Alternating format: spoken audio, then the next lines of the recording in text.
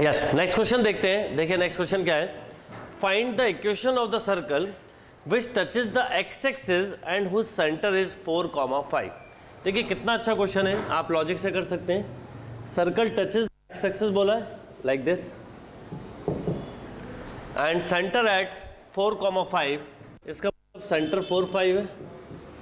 Logically अगर आप समझें तो ये जो डिस्टेंस होगा ये 5 के इक्वल होगा, राइट। जब भी सर्कल टचेज एक्स एक्सिस बोले तो जो y की वैल्यू होती है सेंटर में वो इक्वल इनटू रेडियस होता है। टचेज एक्स एक्सिस बोले तो x वाला होगा, यानी इसका मतलब ये हुआ कि रेडियस हो गया 5, सेंटर आपको पता है 4, 5। इक्वेशन ऑफ सर्कल क्या होगा, x minus 4 square plus Y minus 5 square equal to 5 का स्क्वायर। ओपन कर दीजिए, X square plus Y square minus 8x minus 10y plus 16 equal to 0। Yes, next question देखते हैं। देखिए क्या है, बिल्कुल सिमिलर क्वेश्चन है। क्या चेंज किया मैंने, find the equation of the circle which touches the y axis and whose centre is 3,4। बिल्कुल सिंपल लॉजिक भाई, सर्कल टचेज y एक्सिस बोला है, डायग्राम जरूर बनाइएगा, एंड सेंटर एट 3,4। अब एक बार बताइए, ये जो डिस्टेंस होगा वो 3 के इक्वल होगा और यही डिस्टेंस हम बोलेंगे रेडियस। इसका मतलब यहाँ पर रेडियस हो गया 3, सेंटर है 3,4। Therefore equation of circle is x minus 3 का स्क्वायर y माइनस 4 का स्क्वायर इक्वल टू 3 का स्क्वायर। अभी भी हम वही लॉजिक लगा रहे हैं, सेंटर से सरकमफ्रेंस तक का डिस्टेंस इज 3 और एक्स वाई का लोकस निकालना है, राइट। यानी हम अभी भी सर्कल के सारे क्वेश्चन को विदाउट फॉर्मूले ही कर रहे हैं। सॉल्व करिए, सॉल्व करेंगे तो क्या आएगा, X square plus Y square minus 6x minus 8y plus 16, 9 से 9 कैंसिल हो जाएगा, इक्वल टू 0। यस, एक और क्वेश्चन देखते हैं। देखिए क्या दिया हुआ है, find the equation of the circle which touches both the axis and whose radius is 6। अब देखिए यहाँ पर प्रीवियस 2 क्वेश्चन में हमें सेंटर गिवन था और सेंटर देख के समझ में आ रहा था कि फर्स्ट क्वाड्रेंट में सेंटर है। अब यहाँ पर अगर हम लॉजिकली देखें तो हमें रेडियस पता है और ये बोला है touches both the axis. Logically देखें तो बोथ द एक्सिस मतलब नॉट नेसेसरी कि फर्स्ट क्वाड्रेंट ही हो सकता है सर्कल यहाँ हो सकता है सर्कल यहाँ हो सकता है सर्कल यहाँ हो, यानी ऑल 4 पॉसिबिलिटी है। अगर हम अभी थोड़ी देर के लिए फर्स्ट क्वाड्रेंट के हिसाब से समझें तो रेडियस 6 है तो ये 6 हो गया, ये 6, तो सेंटर भी क्या हो गया 6, 6। पर पॉसिबिलिटी ये है कि हो सकता है सेकंड क्वाड्रेंट हो, पॉसिबिलिटी ये है कि हो सकता है थर्ड क्वाड्रेंट हो, पॉसिबिलिटी ये है कि हो सकता है फोर्थ क्वाड्रेंट हो। तो अगर नहीं गिवन है तो हम चारों ही ले लें, यानी x प्लस माइनस 6 का स्क्वायर y प्लस माइनस 6 का स्क्वायर इक्वल टू 6 स्क्वायर। अगर मैं इसको ओपन करूँ तो x square plus Y square plus minus 12x plus minus 12y plus 36 equal to 0, 1 6 cancel. अगर आपको कभी भी सर्कल या पूरी कोऑर्डिनेट में पोजीशन क्लियर ना हो तो आप सभी कोऑर्डिनेट में या प्लस माइनस लेके करते हैं। पोजीशन क्लियर है तो अकॉर्डिंग टू पोजीशन लेके क्वेश्चन को सॉल्व करिए। क्लियर है बात। अब यहाँ क्योंकि उन्होंने बोला था टचेस बोथ द क्वाड्रेंट, तो बोथ द क्वाड्रेंट मतलब radius equivalent to centres coordinate, तो सभी इक्वल हुए तो आंसर हमारा आया x plus minus 6 square y plus minus 6 square equal to 6 square. Yes, चलिए नेक्स्ट क्वेश्चन देखते हैं। देखिए क्या क्वेश्चन है, find the equation of the circle which passes through 2 points on x axis which are at distance 4 from origin and whose radius is 5 unit. यानी आपको एक ऐसे सर्कल की इक्वेशन बतानी जो x एक्सिस को 2 पॉइंट पर 4 यूनिट के डिस्टेंस पर मिल रहा है एंड रेडियस इज 5। क्या होगा, अब पॉसिबिलिटी यहाँ पर भी अगर हम समझें तो कुछ ऐसा बोल सकते हैं, ये 4 यूनिट के डिस्टेंस पर सपोज, तो इस पॉइंट के कोऑर्डिनेट हो जाएंगे -4 0, इसके हो जाएंगे 4 0, राइट।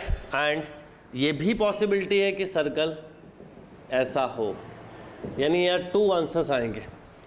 समझने के लिए एक सर्कल से भी आप समझ सकते हैं। अब देखिए ये इसका सेंटर है, अगर इसका सेंटर देखें लॉजिकली तो y एक्सिस पे होगा तो 0, k।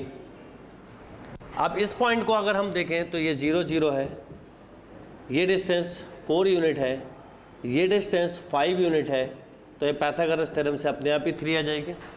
यस और नो। आप थोड़ा लॉजिकली चलिए, इसको नाम दे दीजिए a डैश a, ये O हो गया, ये हो गया C। यानी हम ऐसा बोल सकते हैं AC square equal to AO square plus OC square. This is 5 25, AO is 4 16 plus OC square, तो OC equal to plus minus 3. तो एक पॉसिबिलिटी थी 0 माइनस 3 की, एक पॉसिबिलिटी थी 0 प्लस 3 की. अब देखिए आपके पास सेंटर है, रेडियस है, आप इक्वेशन निकाल सकते हैं. क्या होगी? x माइनस 0 का स्क्वायर y प्लस माइनस 3 का स्क्वायर इक्वल टू 5 स्क्वायर. क्या हो जाएगा? सॉल्व करेंगे. x square plus Y square plus minus 6y, ये 9 होगा और यहाँ पर 25. अगर हम ट्रांसफ़र कर देंगे तो हमको मिलेगा x square plus Y square plus minus 6y minus 16 equal to 0. क्या आंसर आया? X square plus Y square plus minus 6y minus 16 equal to 0. Yes, next question देखते हैं. देखिए क्या है.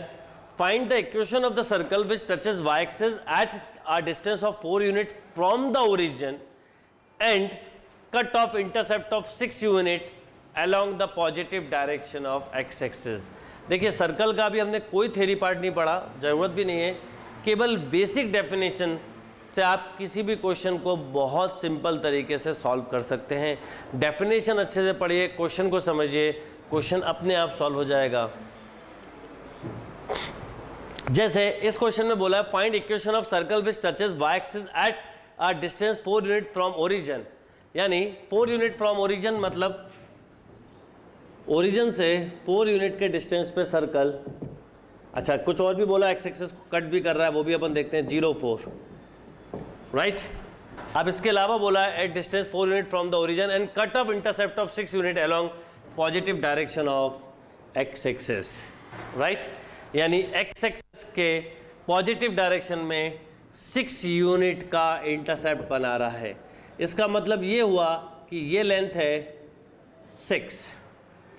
अगर हम लॉजिकली समझें तो ये सेंटर है हमारा. अगर इस सेंटर से मैं इस पर एक परपेंडिकुलर ड्रॉप करूं तो ये लेंथ है 4, ये लेंथ है 3, तो ये लेंथ क्या हो जाएगी? अपने आप ही 5. अब इसका मतलब ये हुआ कि आपको रेडियस समझ में आ गया कि क्या होगा. रेडियस होगा 5. अगर हम इस पॉइंट से चले यहाँ पर तो इस पॉइंट के कोऑर्डिनेट क्या होंगे? x तो कितना हो जाएगा, क्योंकि x की डिस्टेंस कितनी है यहाँ से यहाँ तक? 5, और y कितना हो जाएगा? 4. राइट, इसका मतलब सेंटर हो गया 5,4 एंड रेडियस इज ऑल्सो 5. आप केवल डायग्राम के आधार पर लिख सकते हैं. तो x माइनस 5 का स्क्वायर y माइनस 4 का square equal to 5 square. Open करिए. X square plus Y square minus 10x minus 8y, 25 से 25 कैंसिल, प्लस 16 इक्वल टू 0. फिर क्वेश्चन समझिए. इंटरसेप्ट ऑन एक्स एक्सिस 6 है. सेंटर से कोई भी लाइन जब भी हम एक्स एक्सिस पे लेंगे तो मिड पॉइंट लेंथ 3 हुई, और क्योंकि ये 4 यूनिट पे टच कर रहा था तो ये डिस्टेंस भी 4 हुआ. इसका मतलब इस पॉइंट से इस पॉइंट तक का डिस्टेंस 4, ये 3, तो पाइथागोरस थ्योरम से रेडियस निकल गया ऐसा. ये 3, ये 4, तो पाइथागोरस थ्योरम से रेडियस निकला 5. अब क्योंकि ओरिजिन से यहाँ तक का डिस्टेंस जो है वो 5 है, क्योंकि रेडियस के इक्वल है, इसलिए इसके कोऑर्डिनेट 5 और 4 हुए. राइट, नोट करिए. अच्छा, अब यहाँ पर क्योंकि इन्होंने बोला है find the equation of circle which touches y axis eight distance 4 unit, एक पॉसिबिलिटी ये थी. तो थोड़ा सा सोचिएगा, एक पॉसिबिलिटी कुछ ऐसी भी हो सकती थी, यानी 0 माइनस 4 यहाँ पर भी हो सकता था. यानी इस पॉइंट पे कोऑर्डिनेट होते 5 माइनस 4. तो हो सकता था ये आंसर ना मिले तो आपको ये मिलता x माइनस 5 का स्क्वायर y प्लस माइनस 4 का square equal to 5 square. Depend on के क्वेश्चंस क्या दिया है. वैसे ये करेंगे तो ज़्यादा अच्छा है. X square plus Y square minus 10x plus minus 8y, 25 से 25 cancel, 16 equal to 0. Note down. चलिए नेक्स्ट क्वेश्चन देखते हैं. देखिए कितना अच्छा क्वेश्चन है. विदाउट एनी फॉर्मूला आप सर्कल देखिए कितने इजीली कर पा रहे हैं. कारण क्योंकि कंसेप्ट क्लियर होना चाहिए. अब यहाँ पर देखिए क्वेश्चन क्या दिया. A circle of radius 4 unit touches the coordinate axis in first quadrant. Touches the coordinate axis means both axes. If the circle makes one complete roll on x-axis along the positive direction of x-axis, find its equation in new position. समझिए पहले कितना अच्छा question है। एक circle है जिसका radius 4 unit है जो कोऑर्डिनेट एक्सिस को टच कर रहा है। अब अगर रेडियस 4 यूनिट है तो इसका मतलब सेंटर 4 4 होगा, राइट। अब आपने क्या करा, इसको रोल कर दिया, इसको घुमा दिया तो ये घूमते हुए नई पोजीशन पे आ जाएगा। अब ये जब नई पोजीशन पे आएगा तो x तो सेम रहेगा, ये वाली पोजीशन जो है, सॉरी y तो सेम रहेगा पर x चेंज हो जाएगा। कैसे? क्योंकि सर्कल ने कंप्लीट राउंड लगा लिया। अब सर्कल ने कंप्लीट राउंड लगा लिया मतलब सर्कल एक कंप्लीट राउंड कितने में लगाएगा, तो पेरीमीटर के इक्वल, यानी 2πr, यानी 2π इंटू 4 मीन्स 8π। तो यहाँ पे पहले था वो 4 डिस्टेंस पे, यहाँ से वो यहाँ तक 8π और आ गया, तो इसका मतलब सेंटर हो गया 4 + 8π, 4, रेडियस अभी भी 4 ही रहेगा। तो न्यू पोजीशन की सर्कल क्या इक्वेशन क्या होगी, बोलिए, x - 4 + 8π whole square plus y - 4 का whole square equal to 4 square. यानी अगर आप एक डायग्राम बना के इमेजिनेशन करें तो आपका क्वेश्चन हो जाएगा, एक सर्कल था जो फर्स्ट क्वाड्रेंट में कोऑर्डिनेट एक्सिस को टच करता था, जिसका रेडियस 4 था, तो ये 4 4 हो गया। इसने कंप्लीट राउंड लगाया पॉजिटिव डायरेक्शन में, तो ये कितना आगे बढ़ा, पेरीमीटर के इक्वल, पेरीमीटर मीन्स 2πr के इक्वल, तो 2π इंटू 4 यानी टोटल वो 8π बढ़ा। तो न्यू पोजीशन का केवल x शिफ्ट हुआ, y सेम रहेगा, तो 4 + 8π। तो हमने सेंटर की नई पोजीशन के साथ इक्वेशन को लिखा। यस, चलिए नेक्स्ट क्वेश्चन देखते हैं। देखिए नेक्स्ट क्वेश्चन क्या है, find the equation of the image of the circle x² + y² + 8x - 16y + 64 = 0 in the line mirror x = 0। अब ये जो सर्कल दिया है इसके हमें सेंटर और रेडियस पता करना है। अभी हमने जनरल इक्वेशन ऑफ सर्कल नहीं पढ़ा, अदरवाइज आप डायरेक्ट कंपेयर करके निकाल देते, पर जो चीज़ नहीं पढ़ी अभी हम उसको कंपेयर ना करें। अगर मैं विदाउट कंपेयरिंग करूं तो क्या करूंगा कि सेंटर रेडियस फॉर्म से निकालूं, x² + 8x y² - 16y + 64 = 0। इनकी परफेक्ट स्क्वायरिंग करें तो x² + 8x + 16 ले लीजिए क्योंकि 2a के बाद 4 मिलेगा। सिमिलरली y² - 16y के बाद 64 ले लीजिए, राइट। यानी इसका मतलब आपके पास 16 एक्स्ट्रा है, 64 तो इसी का आ गया ये, और ये 16 एक्स्ट्रा। अब इसको लिख सकते हैं x + 4 का स्क्वायर y - 8 का square equal to 4 square, right. अगर आप ध्यान दें तो सेंटर हो गया -4, इसको कंपेयर करें तो -4, 8 and radius equal to 4 unit.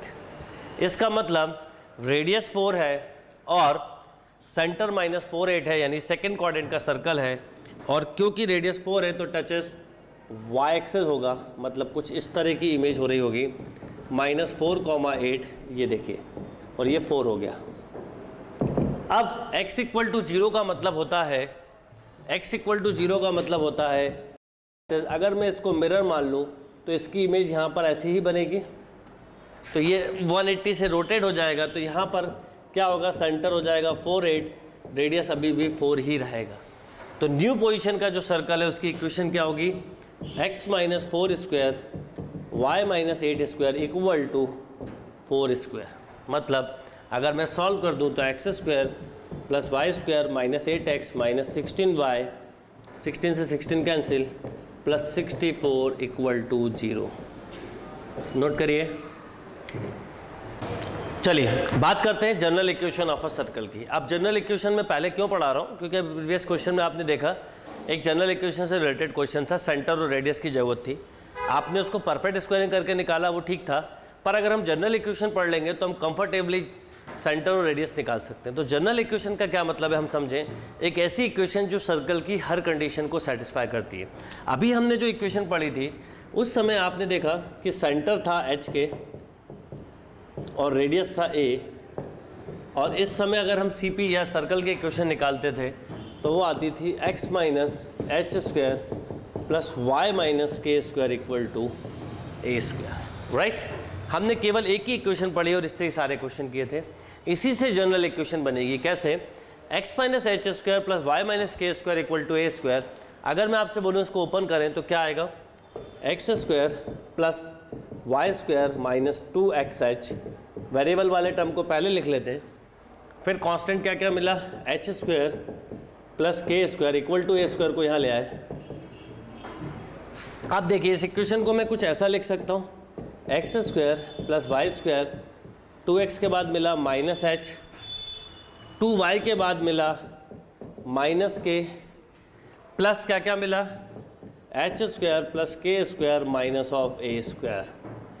अब अगर मैं माइनस एच को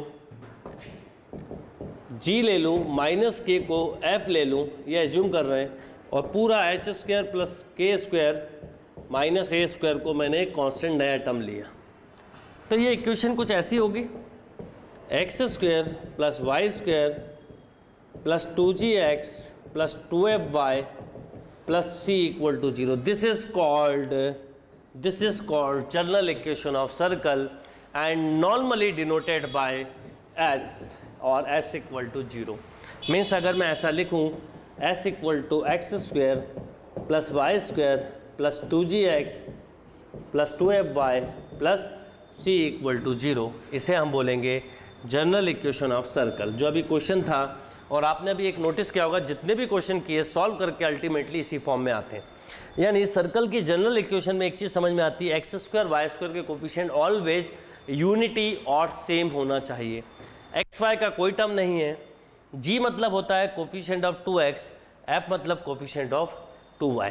अब एक चीज़ समझिए, इस समय जब सर्कल जो स्टैंडर्ड था उसका सेंटर था एच के, तो एच और के की वैल्यू हमने निकाली, तो एच को हम बोल रहे हैं माइनस जी, के को हम बोल रहे हैं माइनस एफ। तो स्टैंडर्ड सर्कल जो है जनरल इक्वेशन, उसका सेंटर शिफ्ट हो गया माइनस जी माइनस एफ पे। स्टैंडर्ड जो ओरिजिनल सर्कल था उसका रेडियस मैंने ए लिया था। अब यहाँ से अगर मैं ए को देखूँ तो देखिए क्या होगा, एच और के को जी लिख दूँ, जी और f, therefore a square equal to g square plus F square minus of c, right. तो इसका अंडर रूट ले लें, तो रेडियस हो गया root of ji square plus F square minus of C, root of ji square plus F square minus of C. अब कभी भी आपको जनरल इक्वेशन से रिलेटेड क्वेश्चन आ जाए या सेंटर और रेडियस बताना हो, तो याद रखिएगा कंपेयर कैसे करते हैं, अभी कुछ क्वेश्चन करेंगे। एक्स स्क्वायर और वाई स्क्वायर के कोफिशिएंट को सबसे पहले फर्स्ट ऑफ ऑल यूनिटी बनाएं, देन 2x के बाद जो मिलेगा वो g होगा, 2f के बाद जो मिलेगा वो f होगा, और जिसमें x और y नहीं आ रहा है मतलब constant term is called c। तो सेंटर होगा minus g minus f and radius is root of ji square plus F square minus of c। चलिए नेक्स्ट क्वेश्चन पे आते हैं। नेक्स्ट क्वेश्चन देखिए क्या है। सपोज मैंने क्वेश्चन लिखा x square plus Y square plus 5x minus 7y minus 2 equal to 0। Question आप मेंटली ले सकते हैं। अच्छा, रियल सर्कल होगा तो अगर c निगेटिव लिखा तो ऑलवेज रियल सर्कल होगा, c अगर पॉजिटिव है तो हमें देखना पड़ता है, क्योंकि यहाँ पर रेडियस जो है वो ग्रेटर देन और इक्वल टू 0 होना चाहिए, means G square plus F square greater than equal to C. देखिए यहाँ पर अभी मैं आपको एडवांस पार्ट बिल्कुल नहीं पढ़ा रहा हूँ, मैं चाहता हूँ कि सर्कल आप लॉजिकल तरीके से करें, समझें कि कैसे करना है, यानी कम से कम फॉर्मूले में सर्कल को हम कैसे कंसेप्ट बनाएं, वो मेरा अप्रोच है। फिर हम धीरे धीरे इसके एडवांस लेवल पे जाएंगे, तो वहाँ ये सारी चीज़ एक एक करके फिर डिस्कस करेंगे। तो बात कर रहे थे इस सर्कल का सेंटर और रेडियस निकालना, तो क्या करेंगे, कंपेयर करने से पहले x square plus Y square, 2x के बाद 5/2, 2y के बाद minus 7/2 minus 2 equal to 0। 2x का जो कोफिशिएंट होता है is called g, g is 5/2, f is minus 7/2, c is minus of 2। इसका मतलब अगर मुझे सेंटर बोला जाए तो माइनस 5/2 कॉमा 7/2, और इन टर्म ऑफ रेडियस की बात करें तो 25/4 plus 49/4 plus 2।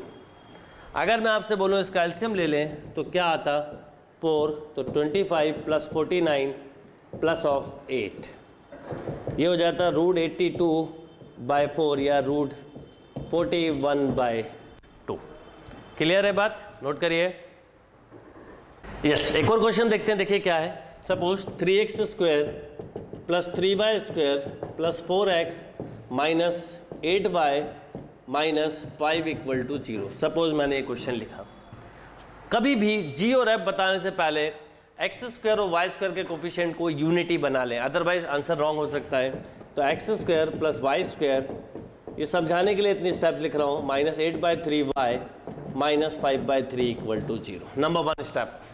Step number next, x square plus Y square, 2x के बाद मिला 2/3, 2y के बाद मिला -4/3 माइनस 5/3 इक्वल टू 0।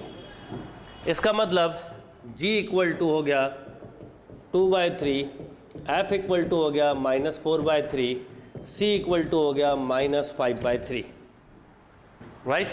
अब अगर मैं बात करूं सेंटर की तो -2/3, 4/3। मैं बात करूं रेडियस की तो क्या होगा 4/9, 16/9 प्लस 5/3।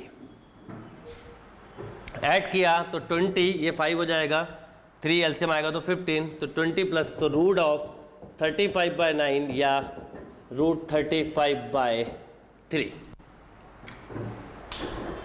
क्लियर है बात। एक और क्वेश्चन देखते हैं। देखिए सपोज आपको क्वेश्चन दिया हुआ है 4x square plus 4y square minus 3x minus 5y minus 1 equal to 0। क्या करेंगे? सबसे पहले काम हम 4 का डिवाइड करते हैं। 4 का जैसे ही डिवाइड करेंगे तो x square plus Y square minus 3/4x minus 5/4y minus 1/4।